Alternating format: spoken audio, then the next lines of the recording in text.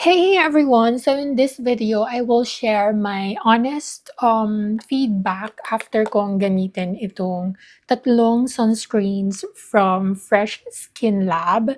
So yung mga ginamit ko, una itong kanilang 3-in-1 niacinamide super multivitamin sunscreen na with SPF 100. And then I also used or tried itong kanilang 3-in-1 niacinamide cooling UV Sunstick na with SPF 70 and also itong kanilang 3-in-1 niacinamide cooling UV sunscreen na with SPF 50.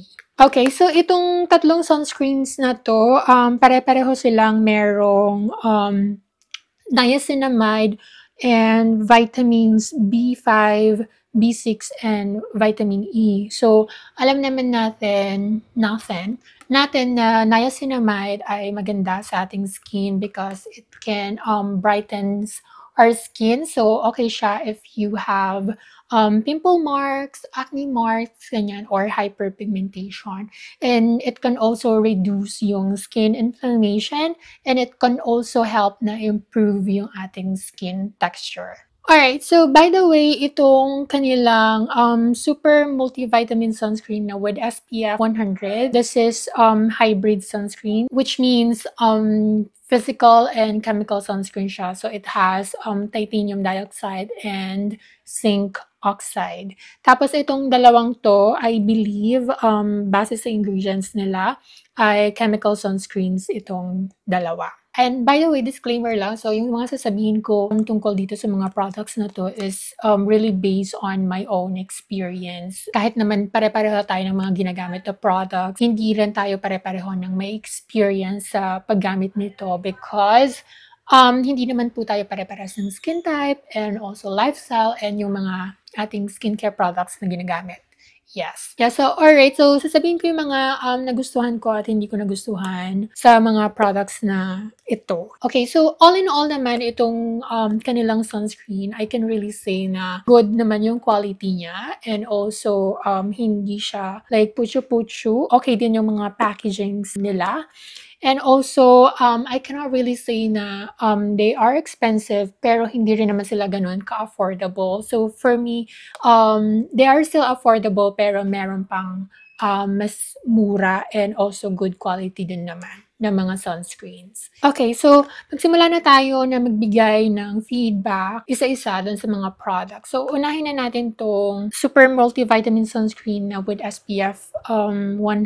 All of these sunscreens naman, you can use it sa inyong face and body. Honestly, ito, hindi ko siya super bet or hindi ko siya gusto, especially kung gagamitin mo siya or gagamitin ko siya sa aking face. Because kahit na kiniklaim nila here na it is lightweight and non-sticky, pag winier mo siya, especially sa face mo, you can really feel na meron siyang weight. Pero hindi naman siya super heavy. Pero you can really feel na meron kang nilagay sa skin mo, like basta meron siyang weight. Tapos, ito din, it has white cast, especially nung tinry ko siya sa aking face. Hindi kasi pantay yung may skin tones mula leeg hanggang face ko. So, mas maputi kasi yung katawan ko kaysa sa aking face. Yes. So, meron siyang white cast, pero after few minutes naman, actually nawawala siya. And also, hindi din siya naglilibag-libag or namumuo-muo. Just good thing.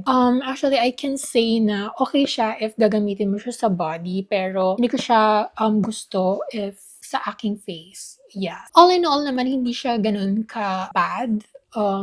It's good pa rin. I will definitely still use it, pero sa body ko siya gagamitin. Yeah. And then, move on naman tayo dito sa kanilang cooling UV Sunstick. Actually, hindi ko rin to ganun kabet.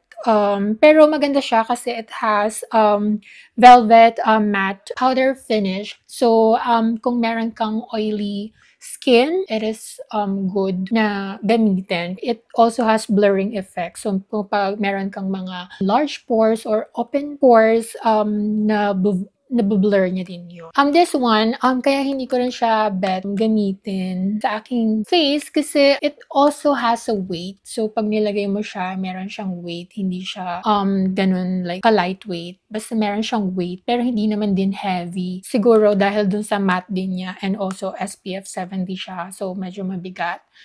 Like nitong SPF 100. And also, both itong product na to, base dun sa ingredients nila, meron silang silicone or silicone-based sila na sunscreen.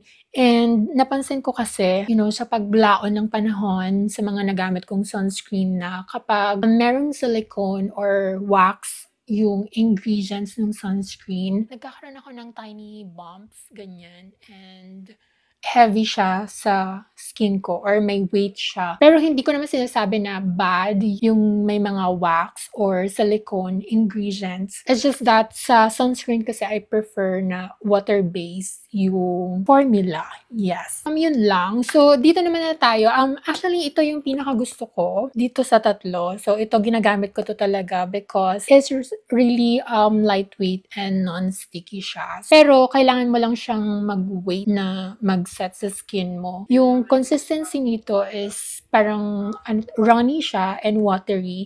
And also, chinek ko yung ingredients niya. Wala naman akong nakitang wax na ingredients and also silicone. Pero hindi ako 100% sure if it's really parang water-based na sunscreen or formula. Pero base sa paggamit ko kasi sa kanya, na-absorb siya agad ng skin ko and hindi ako familiar dun sa ibang ingredients na nandito. Pero so far kasi itong dalawa, they have dimethicone na ingredients which is silicone ingredients yun. And this one naman wala.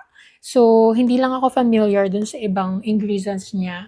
Kaya, hindi ako 100% sure if this sunscreen is really water-based formula. Diba itong tatlong to, they're claiming na it has cooling effect. Pero actually, I cannot really feel yung kanilang cooling effect. Especially itong dalawang to. As in, wala akong nafe-feel.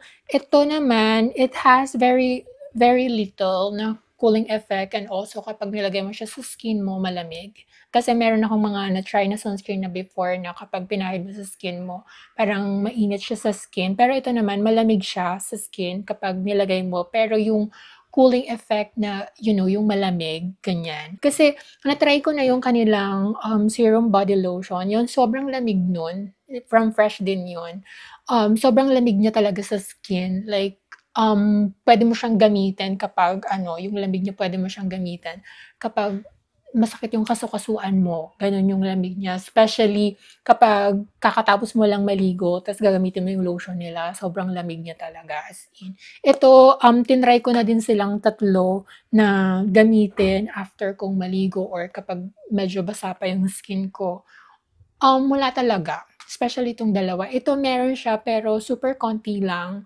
And hindi siya ganun na nagtatagal na mafe-feel mo talaga yung cooling effect. Yeah. For me, yun lang kasi masyado nang mahaba itong video na to. So, yun lang. Thank you so much for watching. So, please don't forget to like and share this video. Follow me and subscribe na din po sa aking YouTube channel. Bye!